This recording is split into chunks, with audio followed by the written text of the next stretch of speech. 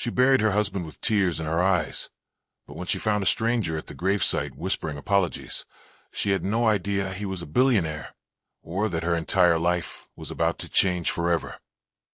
The rain came down in silent streams that soaked the red sand of Imo State's quiet cemetery. A small crowd of mourners clutched umbrellas and folded hands as they gathered around the freshly dug grave. The priest mumbled the final rites.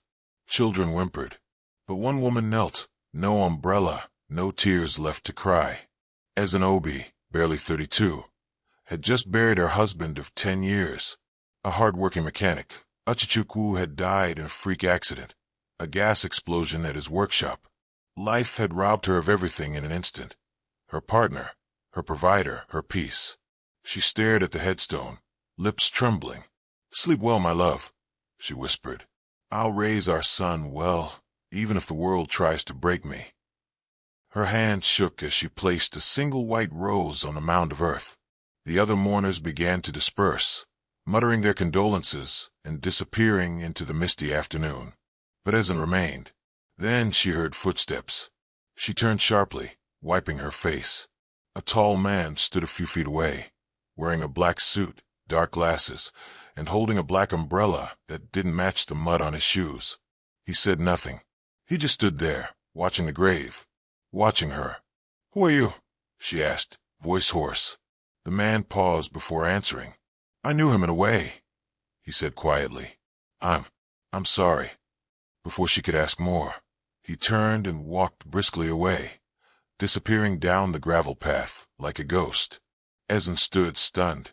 Who was that man? Why was he there? And what did he mean, in a way? She had no answers, just new questions, and an uneasy feeling in her chest. The weeks that followed were brutal.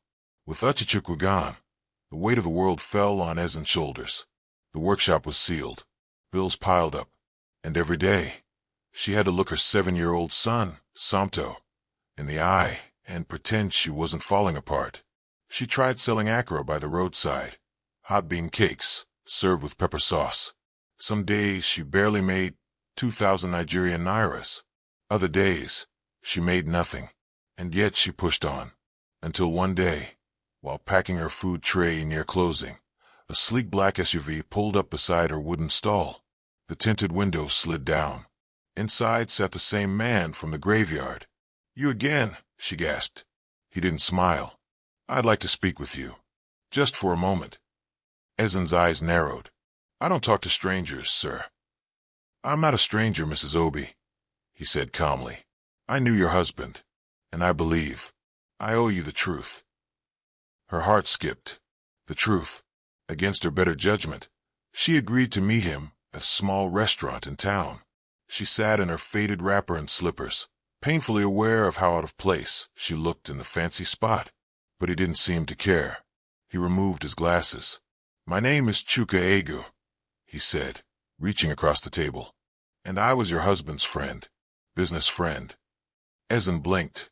"But my husband was a mechanic. What business could he have with someone like you?" Chuka looked down. "There's something you don't know. Achachukwu was involved in something bigger. He was helping me with a project, something that could have changed your lives." She leaned forward. "Why didn't he tell me?" "Because it was dangerous," Chuka replied, "and because he didn't want to raise your hopes until it was finished." Ezinne's fingers trembled. "What kind of project?" Chuka paused, then said simply, "He was designing a special engine for rural transport. He believed he could change how people moved in poor areas like this. I funded it, but after he died, the project fell apart." She sat in stunned silence. You're a rich man, aren't you?" He didn't answer. The next morning, Ezinne returned home from her akara stall to find an envelope taped to her wooden door. Inside were papers and a short note. "Achachukwu once said, if anything happened to him, I should make sure you and Samto were taken care of. The land is now yours. Build something better." It was a land deed. Official. Signed. Stamped. Ezinne gasped. It was the very piece of land her husband had dreamed of buying before his death. Prime space beside the highway. Who was this man? Why was he doing this? By the end of the week, tongues had started wagging in the village. Aha! Did you see that fine man coming to see Ezinne again? Is she not still mourning her husband? This widow is not even waiting. Oh. Ezinne heard it all. Every whisper burned her like fire, but she had bigger things to worry about. Her son, her future, and the mystery of who this HowThe truly was. That night, as she bathed Samto, a stone crashed through her window. She screamed. Attached was a note. Stay away from HowThe. You don't know who you're dealing with. Her hand shook. Something was wrong. Very wrong. And for the first time since her husband's death, Ezinne felt fear crawl down her spine. Ezinne barely slept that night. She held her son tightly, heart pounding every time the wind brushed the windows. The stone, the note, the man named HowThe. Nothing made sense anymore. By morning, she marched straight to the police station, clutching the threatening note. But all she got was a bored shrug. Madam, this paper fit be from any street boy. You today paranoid. Paranoid? She was a widow, a mother, and now a potential target. But who was targeting her and why? When she left the station, HowThe's black SUV was parked outside her compound again. She didn't let him speak. She stormed up to him and shoved the crumpled note into his hand. What is this? Who are you really, Mr. Egu? And why is someone warning me to stay away from you? He read the note silently. Then he sighed. I didn't want to drag you into this, Ezinne, but it seems I already have. He motioned for her to sit on the wooden bench under the old mango tree. I'm not just a businessman, he began slowly. I'm the son of Chief Agies, that Egu, oil magnate, billionaire. He disowned me when I refused to take over the family empire. I walked away from his money. I started my own company, quietly. I've been living under the radar for years. Ezinne blinked. You a billionaire's son? He nodded. And your husband, he was one of the few people who never cared about who I was. He treated me like a human being. That's why I trusted him. That's why I helped him. Ezinne was speechless. But my father's enemies, and mine, are always watching. I've made powerful people uncomfortable. Some want me gone. Some may think you now know too much. Ezinne wanted to believe him. His eyes looked honest. But her instincts were screaming. She had lost one man to secrets. She wasn't about to lose everything again. Still, something else happened that shook her. 3 days later, a bulldozer arrived on the land HowThe gave her. Workers started clearing space. When she rushed there, she found blueprints laid out. A shop, a stall, a small modern market named Obi Plaza after her husband. Her mouth fell open. You doing this? She asked HowThe, who stood beside the engineers. He nodded. For you, for Samto, and for Uchichukwu. Tears rushed to her eyes. Was this truly a blessing, or the calm before a storm? A week later, HowThe invited her to a charity gala in Owerri. He said it was for a community development program. He would be donating millions anonymously. At first, Ezinne refused. I'm not one of your rich friends, HowThe. I don't belong in that world. But he insisted. You belong in every world, Ezinne, especially one built on your husband's dream. So she wore a simple gown she borrowed from a neighbor, her hair tied in a bun. No makeup, just grace. When she walked into the glittering ballroom, people stared. Not because she was the richest, but because she looked real.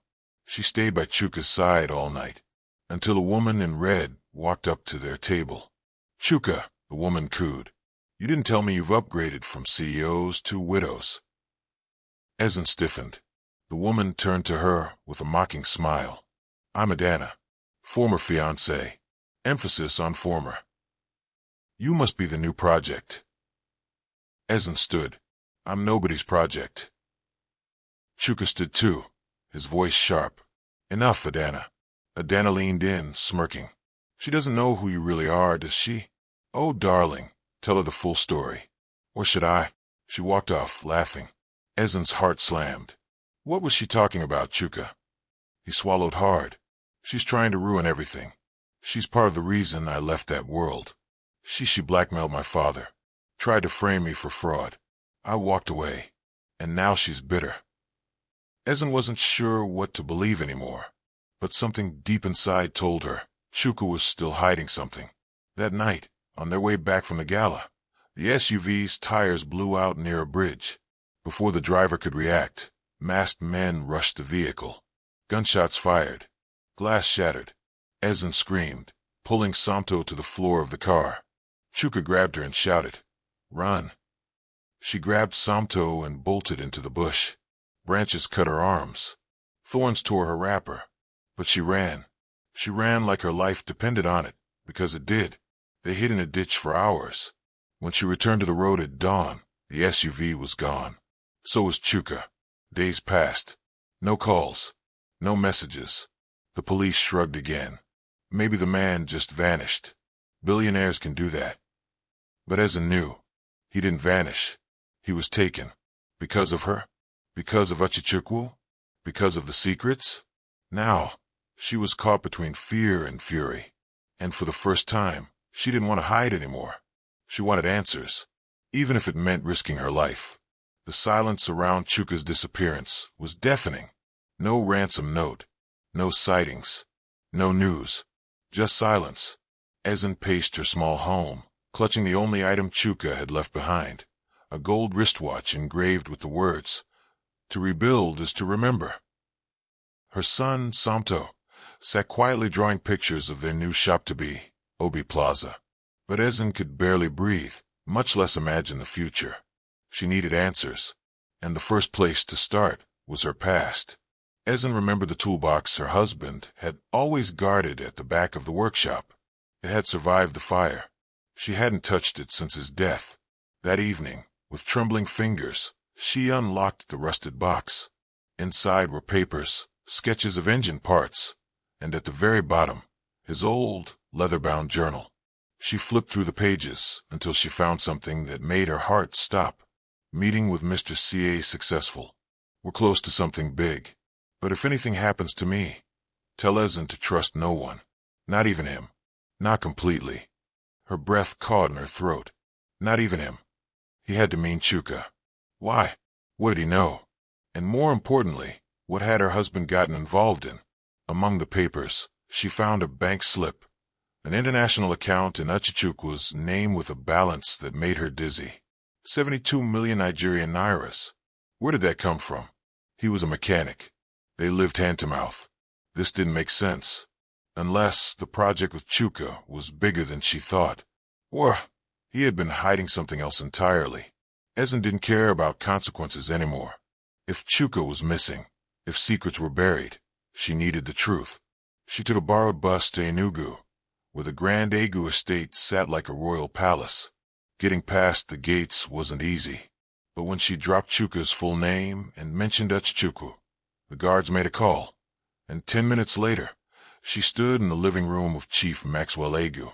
The man was regal, cold, imposing. He wore a white agbada that screamed power, and his eyes sliced through her like a blade. "You say you're the widow of that mechanic boy?" he asked. "Yes, sir. My name is Ezinne Obi. Chuka is missing, and I think it's connected to something they were working on." The chief raised an eyebrow. "What my son chooses to do is his own burden. He abandoned this family long ago, and if he's vanished, it's probably because of people he crossed in the process." He stood. "But take this warning from me, girl. If you care about your son, forget my son. Forget the project. Forget the money. Walk away." She didn't blink. "Why? What are you afraid I'll find?" The old man stared at her for a long moment, then chuckled. "You have fire, but fire, my dear, is what burns people." As she left the mansion, a voice called to her from the gatehouse. "Madam." "Wait." It was a young man, one of the domestic staff. He hurried over and whispered. "I overheard everything. Madam, if you want answers, don't go to the police. There's a lawyer in Abuja. His name is Barrister Idris. Chuka and your husband both used him. He might know what they were hiding." He pressed a card into her hand. Ezinne clutched it like a lifeline. She knew what she had to do. The trip to Abuja was long and expensive. She used almost all her savings. But she was determined. Barrister Idris' office was modest, tucked behind a bank in Woods. When she mentioned Uchichukwu and Chuka, his eyes widened. "You're the widow?" "Yes." He nodded and pulled out a locked drawer. "I was instructed to give you this if either of them died unexpectedly." He handed her a sealed envelope. Ezinne opened it slowly, her heart thudding in her ears. Inside was a copy of Uchichukwu's handwritten will. But it wasn't just a will. It was a map. A literal, hand-drawn map of a hidden workshop on the outskirts of Owerri, marked with an X and one line. "Everything they're looking for is here." That night, as she arrived back in Owerri and entered her compound, she found her door open, everything ransacked. Samto was safe. He had been with a neighbor, but the house had been turned upside down. The journal was gone. The bank slip was gone. Whoever they were, they knew she was getting close. They were watching her. They were listening. But they hadn't found the will. That was still in her shoe. Early the next morning, Ezinne followed the map. She trekked through overgrown bushes, crossed a shallow stream, and finally arrived at a small tin-roofed structure half buried in weeds. Inside was dust, cobwebs, and then a prototype engine, a stack of files, blueprints, and at the center a black laptop, dusty but intact. She opened it. A password screen appeared. She tried his name. Nothing. She tried Samto's birthday. Nothing. Then she tried Ezinne. The screen blinked. Access granted. Inside were hundreds of emails between Uchichukwu and Chuka, detailed plans about the low-cost engine that ran on palm oil waste. It could transform Africa's transport economy. She gasped. They were planning a public demo before his death. No wonder someone wanted it buried. No wonder Chuka had disappeared. This invention was worth billions. She turned and screamed. Standing in the doorway was Chuka. Alive. Bruised. Bleeding. But alive. Chuka stood there like a ghost in the mist. Ezinne froze. For a second, her brain couldn't process it. The man they said vanished. The man she feared dead. He was alive. Barely. His shirt was torn, blood crusted near his ribs. One eye was swollen, but he was standing. She rushed to him, tears flooding her cheeks. "Chuka, what happened to you?" He staggered into her arms. "They tried to kill me, Ezinne. My father's men." "What?" He coughed, his voice hoarse. "They found out about the invention. The palm oil engine. They didn't want it released. Said it would collapse their oil monopoly. They set me up and planned to erase everything, including you." Ezinne's heart broke. "Why didn't you tell me sooner?" "I wanted to protect you. I never thought they'd go this far." They sat inside the hidden workshop while Chuka rested. Ezinne showed him the files she found. The emails, the will, the blueprints. His eyes lit up with a fire she had never seen before. "It's all still here," he said. "We can still finish what Uchichukwu started." "But they'll come again," she said, her voice shaking. "They won't stop." Chuka looked at her. "Then we don't stop either." He revealed a backup plan Uchichukwu had prepared, video files, voice memos, and a full recorded demonstration of the palm oil engine working. Everything they needed to go public without a press conference. And that's when the idea struck them both. Go viral. Let the world see what the elites wanted to hide. That night, Ezinne uploaded the video to YouTube, Facebook, and WhatsApp groups across the country. She wrote a heartfelt message. "My husband died for this truth. My friend was kidnapped for it. But we won't be silenced. This is the invention that could change Nigeria, and they tried to bury it. Help us uncover it instead." The video exploded. By morning, it had 1.2 million views. Radio stations picked it up. Bloggers spread the story. Tech platforms hailed the discovery. Suddenly, Chuka Egu, long-hidden billionaire and son of an oil magnate, was the people's hero. And Ezinne, the mechanic's widow, was the symbol of courage. But power doesn't die quietly. Chief Egu was furious. He appeared on national TV, denying everything. "My son is disturbed. That woman is manipulating him." But it was too late. The court of public opinion had already decided. Protesters began gathering outside his estate. Civil society groups demanded accountability, and the Nigerian government, embarrassed by the exposure, began an investigation. That's when the true storm began. 1 week later, Chuka received news. His father had suffered a stroke. Within 48 hours, the old man died. Lawyers descended like flies. But the biggest shock was still to come. Chief Egu had updated his will 2 months prior, secretly. It left half of his estate to Chuka, and to Chuka's appointed partner in legacy, Ezinne. Her knees buckled when she heard it. I'm just a widow, she whispered. What am I going to do with billions? Chuka took her hands gently. You're not just anything, Ezinne. You're a woman who didn't fold under fire. A woman who kept going even when she was broken. You deserve more than pity. You deserve power. She stared at him. But I didn't do this alone. He smiled. Exactly. That's why we share it. 1 year later, Obi Plaza was not just built. It had become a booming community hub. The market employed over 100 women, many of them widows like Ezinne. Samto, now in school full-time, wore clean uniforms and always carried his father's photo in his bag. Ezinne and Chuka, though not married, became partners in every sense. They founded the Echichukwu Foundation, funding grassroots inventors, engineers, and mechanics across Nigeria. And as for the palm oil engine, it was patented, licensed, and already transforming local transportation. Tricycles ran cleanly, cheaply, and efficiently, powered by palm waste. Big Oil was not happy, but the people, they rejoiced. As Ezinne sat one morning at the market cafe, sipping kunu and watching the workers laugh and trade, a familiar voice called her name. She turned. It was Adana, the ex-fiancée, dressed in rags. Please help me. I lost everything. They've blacklisted me. I have nowhere to go. Ezinne stood slowly. She remembered the insult, the humiliation, but she also remembered pain, hunger, desperation. She walked up to Adana and hugged her. You'll work at the Women's Center. That's if you're ready to start over with humility. Adana sobbed. Thank you. I'm so sorry. Ezinne smiled. God gives second chances. But what we do with them, that's up to us. Months later, a journalist asked Ezinne during a televised interview, how did a widow from Owerri end up co-owning one of the largest innovation platforms in West Africa? She smiled gently. I just refused to stay silent. My husband believed in something greater.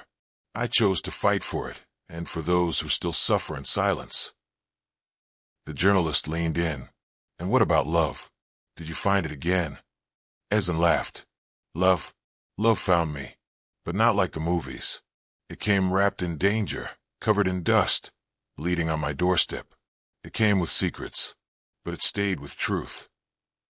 She turned to the camera. And to all widows, single mothers, and forgotten women, your story doesn't end in sorrow. It can begin there, but it can end in glory.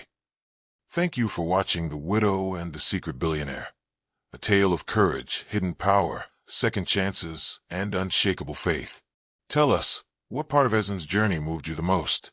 Drop your comments below. Like, share, and subscribe for more deeply inspiring Nollywood-style stories. Help us spread the message that no pain is ever wasted, and every underdog has their day. See you in the next story.